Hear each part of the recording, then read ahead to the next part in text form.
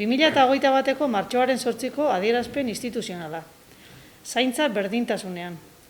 Emakumeen egitekoa pandemian eta zaintzaren krisi globalean. Dimentsio anitzeko krisi sistematikoa bizi dugu, gurutzatu eta erlazionatu egiten dena aurretik zeuden krisi batzuetan, besteak beste ekologikoa eta zaintza arlokoa.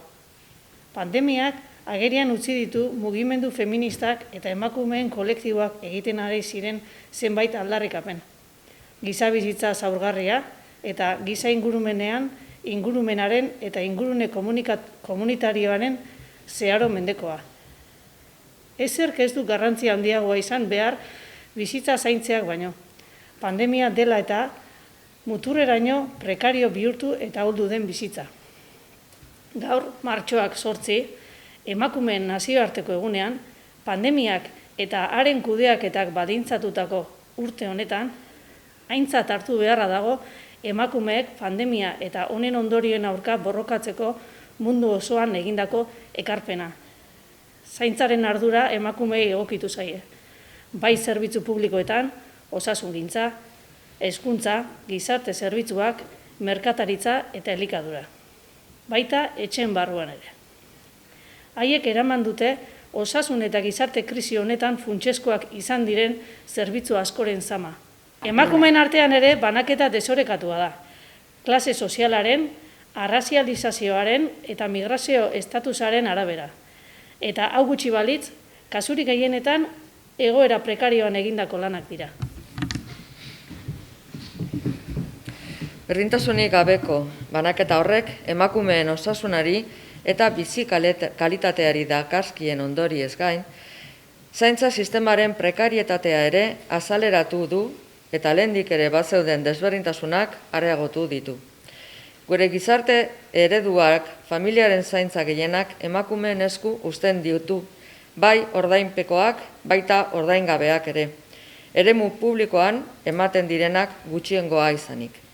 Era berean, egoera eta estatus okerrenean aurkitzen diren emakumeek, besteak beste guraso bakarreko familia buruak, behartsuenak, kolektibo zaurgarrietakoak, indarkeria matxistaren biktimak, neurri handiagoan jasaten dituzten zaintza samaren ondorio negatiboak. Beraz, gizarteak konpromiso irmo izan behar du, berdintasunik gabeko lan banaketa bidegabe horri euskarria ematen dioten genero arrakalen aurka borrokatzeko. Desberdintasun horiek agerikoak dira. Emakumeek funtsezko zerbitzuetan egiten duten lanaren baldintzen prekarietatean arreta jarri eskero. Bada garaia zaintza lan guztiei dagokien balioa emateko. Eta aurrera egiteko erantzunkidetasun handiagoko eredu baterantz, pertsona guztientzat kalitate eta ongizate handiagoa sortzeko.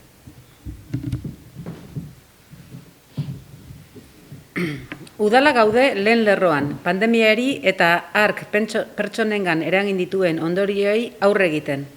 Eta liderrak izan behar dugu zaintzari eta haren hornikuntzari buruzko politika publikoak bultzatzeko orduan. Erantzunkidetasun publikotik abiatuta eta arretaz aztertuz gizon eta emakumeen baldintza eta inpaktu desberdinei. Erakundeok koordinatuta egoten jarraitu behar dugu. Eta bideak zabaldu behar ditugu herritarrek eta bereziki mota askotako emakumeen kolektiboek eta mugimendu feministek benetan eta modu eraginkorrean parte har dezaten erabaki publikoetan. Horregatik guztiagatik, Zarauzko udalak bere eskumenen esparruan baitan honako konpromisoak hartzen ditu. Gizartean zaintza antolatzeko ereduari buruzko eztabaida bultzatzea eta eztabaida horretan buru izatea. Bizitza erdigunean jartzean oinarritzen den ikuspuntu feminista batetik abiatuta, zaintzaren erantzunkidetasun sozial eta komunitarioranzko bidean. Analizia egitea, genero ikuspuntutik, kolektibo zaurgarrienen egoerari eta beharrizanei buruz. Baita COVID-19aren ondorioi buruz ere, eta horiei aurre egiteko premiazko neurriak martxan jartzea.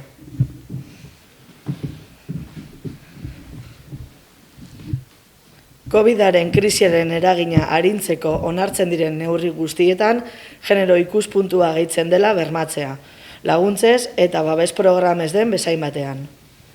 konponbide bideragarriak aztertzea eta esartzea adingabekoen eta mendekotasuna dutenen zaintzari laguntzeko tokiko zerbitzuentzat, zaintza baldintza duin eta bidezkoetan egin dadin saiatuz edo eta erraztuz, bai ematen duenarentzat, bai jasotzen duenarentzat ere.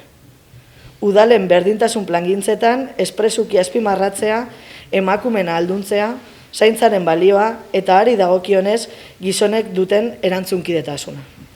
Berdintasuneko tokiko politikak garatzeko eta generoa tokiko politika guztientan zehar lerroa izateko erabiltzen diren giza baliabideak eta baliabide tekniko eta ekonomikoak sendotzea eta babestea. Tokiko zaintza sare komunitarioei babesa ematea.